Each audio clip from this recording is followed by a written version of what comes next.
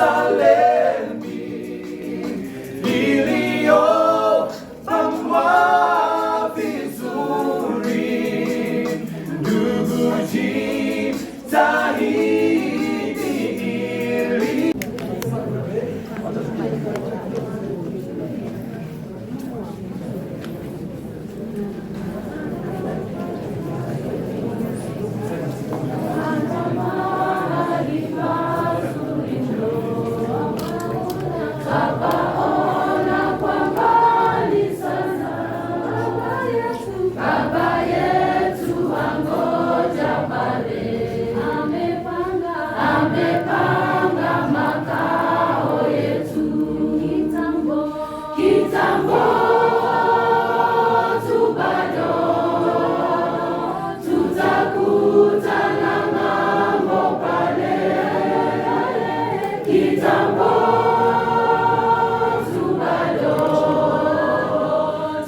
Tutakutana ng'ambo pale, tutaimba pale kwa moyo, nyimbo tamu za wenye heri, na rohoni hatutaona tena haja ya kupumzika. Kitambo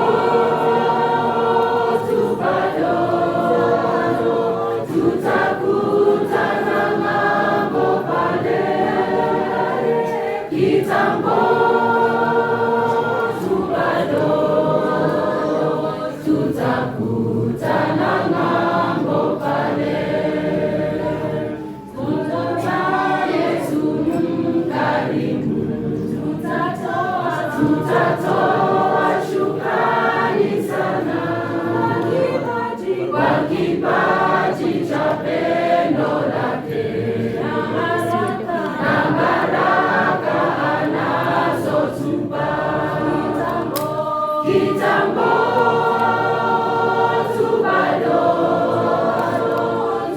tutakutana ng'ambo pale. Kitambo tu bado tutakutana ng'ambo pale.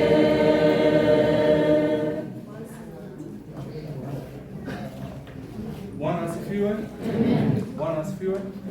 Tunaitwa The Voice TZ au The Voice Tanzania, kutokea Tanzania. Poleni sana kwa msiba. Mungu aendelee kuwapa faraja itokayo juu. Katika dunia hii sisi sote tu wageni na wasafiri kwenda mbinguni kwa Baba.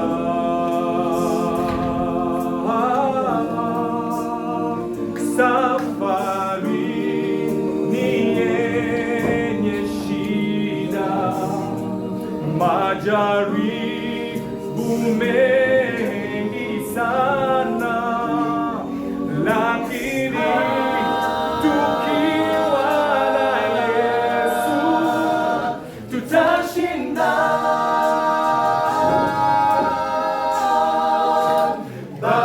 Baada ya taabu zote tulizozipata hapa, tutapumzika milele kwa Baba.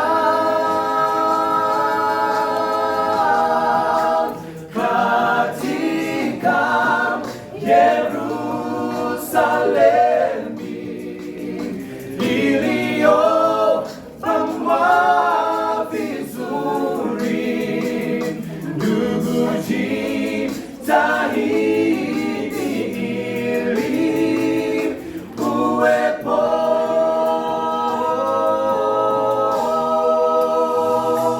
Kwa nguvu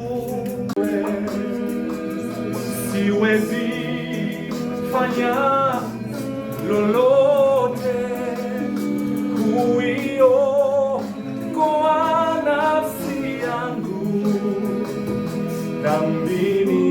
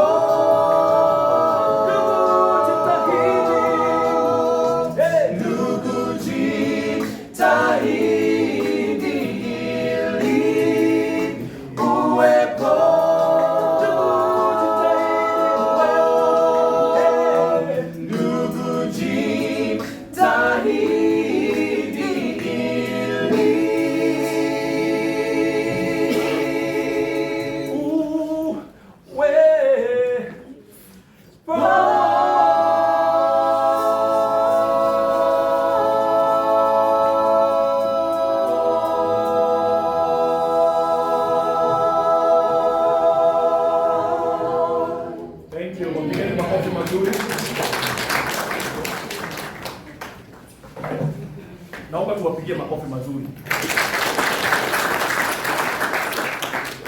Hiyo ni makofi ya mtu ambaye amefikia sauti. Unasikia amefikia sauti 1 minute. Ambia mtu sauti yako haijafungiwa. Ongelesha mtu, mwambie sauti yako haijafungiwa. Mwambie sauti yako haijafungiwa. Mungu amekutenda wema. Haya, tuwapigie makofi mazuri. Wanaitwa The Voices na wamekuwa marafiki wa Kimani pia. Na karibuni sana. Kwa familia na wageni wetu, jamii na marafiki. Naomba tukaweza kuanza program ambayo inachukua dakika chache sana ili tuweze kuondoka mahali hapa na tuelekee pale ambapo tuko na ibada.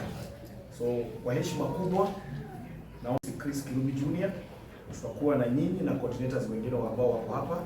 Na before tuendelee, ningeomba kumkaribisha Pastor Joshua Njuguna akaweza kutufungulia kwa njia yao.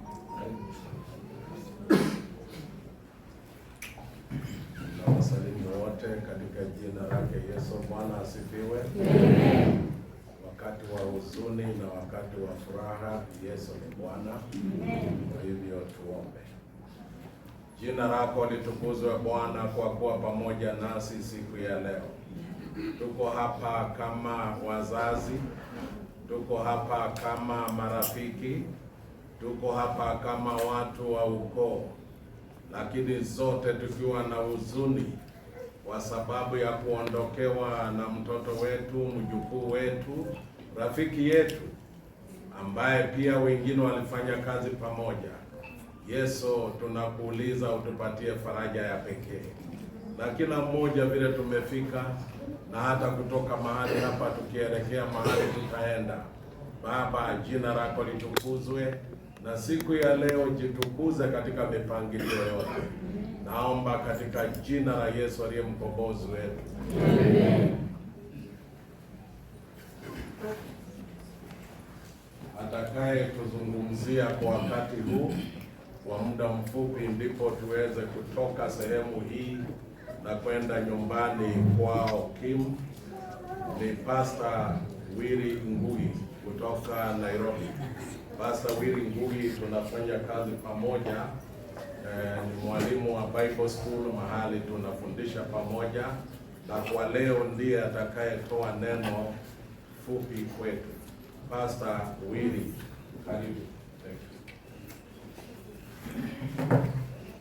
Asante sana Pastor Joshua Njuguna kwa hayo makaribisho. The Lord is good all the time. and all the time. God is good. Thank you. Mungu wetu anakuwa mwema wakati wowote. Hakuna wakati anatuacha. Ndio ningetaka tuangalie fungu liko katika Yeremia 31 mstari wa 3 ambalo linasema ya kwamba Mungu akanitokea kwangu akasema, nakupenda na upendo wa milele. Nakupenda na upendo wa milele. Ndio nakuvuta na fadhili zangu. Mungu, upendo anaotupenda nao ni upendo ambao hauwezi kuisha. Wakati mambo iko sawa, yeye anakuwa nasi. Wakati mambo imekuwa mabaya, yeye anaendelea kuwa nasi hata kwa njia ya pekee. Nataka kuwakumbusha kisa kimoja kilifanyika kwa mtu mmoja ambaye alikuwa ameamini Yesu kabisa. Na huyu siku moja akaingia kwenye jozi, na katika jozi akaona akitembea kwenye barabara, na katika kutembea katika hiyo barabara, kile aliona wakati barabara iko smooth and nice, akaona 2 pairs of footsteps. Akaona nyayo ngapi? Mbili. Unajua Kiswahili eh? 2 pairs of footsteps ni nyayo ngapi? 2 pairs. When there are 2 pairs, ni watu wangapi? Wawili. Lakini barabara ilipokuwa imekuwa rough, imekuwa na bumps, imekuwa na thorns, sasa akaona 1 pair. Alipoamuka kutoka jozi, akafanya interpretation. Akasema, wakati mambo iko sawa, tunatembea na Yesu bega kwa bega. Bega kwa mundu kwa mundu. Bega kwa bega. Ndio hiyo 2 pairs of footsteps. Ni kweli? Lakini wakati barabara imekuwa rough and bumpy, sasa steps ni zangu peke yangu, Yesu ananiwacha. Akashindwa, what is this? Yesu akija nitamuuliza maswali. Yesu akatokea, akamwambia hiyo mambo. Yesu akamwambia, sikiza, you are wrong, you are right and wrong. You are right and wrong in your interpretation of the vision. Akamwambia, ni kweli, wakati barabara iko sawa, nyayo ni pair mbili, footsteps ni pair mbili, ni mimi na wewe tunatembea bega kwa bega. Lakini wakati barabara inakuwa rough, ikiwa na miiba, hapo umetafsiri vibaya, tunatembea peke yako. Hapana. Njia ikiwa rough na kubeba na kuweka kwa mabega na kubeba sasa. Haleluya. Yes. Na hii kwa maana ya Yeremia 31:3. Mungu anakupenda na upendo ambao hakuna kitu kinaweza kuja achane na wewe. Wakati mambo imekuwa magumu kama sasa, amebeba mke wa ndugu yetu ambaye amelala, wazazi, watoto na wale wa karibu sana, amewabeba kwenye mabega. Yes. Ndio unaona wako na nguvu. Wako na nguvu. Wanaweza lia kwa sababu damu zikiwachana watu wanalia. Lakini wako na nguvu. Hakuna hata mmoja atakuwa na ile hofu baya ambayo inaharibu mwili. Hakuna mtu atakuwa na hofu baya ile inafanya mtu aseme afadhali na mimi nikufe, ama aseme nitukane Mungu. Hakuna mtu, lakini atafinyika, na akifinyika hivi anachukia shetani aliyeleta mambo hii yote ya sisi zote kufa, na anapenda Mungu aliyeleta mambo ya kwamba hata tukikufa sio mwisho. Yesu akija tutafufuka na twende mbinguni. Kwa hivyo familia, Mungu ako nani, na moja ya kuonyesha hivyo ni kwamba tuko hapa sote. Sisi ukituona hapa, Mungu ako pamoja na nani, na hatawaacha. Alikuwa nani? Na alikuwa na ndugu yetu alipokuwa mgonjwa, alikuwa na yeye hata alipolala, na akija atamwamsha aende mbinguni, kwa maana alikufa kwa ajili yake. Ndio upendo. Na tukienda nyumbani atakuwa nasi, tukimweka kwa kaburi atakuwa nasi, na ninyi wengine mkiondoka atabaki na wao. Mungu ni mwema. Hebu endelee kuwa nani, na endelee kuwapatia nguvu, na endelee kufanya mstahili yote, na mwisho wa mambo yote msahau hii maneno na muendelee mbele, mrudi katika noma. Na hiyo iko katika 1 Corinthians 10 verse 13. Hiyo tutasomea nyumbani. 1 Corinthians 10 verse 13. Tutasomea wapi? Nyumbani. Lakini nyumbani mbinguni, nyumbani hapa. Tusomea wapi? Hapa. Mungu awabariki. Tunataka kuombea familia. Mungu awe nao na hiyo mpaka mwisho wa mambo yote tutafanya hapa. Hebu tuombe. Baba wetu usiye mbinguni, tunakushukuru sana ya kwamba unatupenda na upendo ambao hauna mwisho, na hakuna kitu kinaweza kuja kiweze kufanya tuachane na wewe ama wewe uachane na sisi. Baba, umekuwa na familia hii tangu ndugu yetu alipolala. Umekuwa na wao, umewapatia nguvu hata ya kupanga mambo haya yote. Umekuwa na wao, na pia umefanya hao watu wote waweze kuwa karibu na wao. Tangu siku hiyo wamekuwa karibu, wamewapangia mambo yote, na leo wamejaa hapa, na wengine wanangojea nje. Baba, hiyo yote ni kwa sababu yako, kwa sababu unapenda hii familia. Tunajua utakuwa na wao mpaka wapite kwa hii shida, watokee upande ule mwingine wakiwa washindi na wale nguvu, na ni katika jina hilo takatifu la Yesu Kristo aliye Mwokozi na Bwana wetu. Amen. Bwana wabariki. Amen. Naomba tuweza kupigia kanisa makofi mazuri.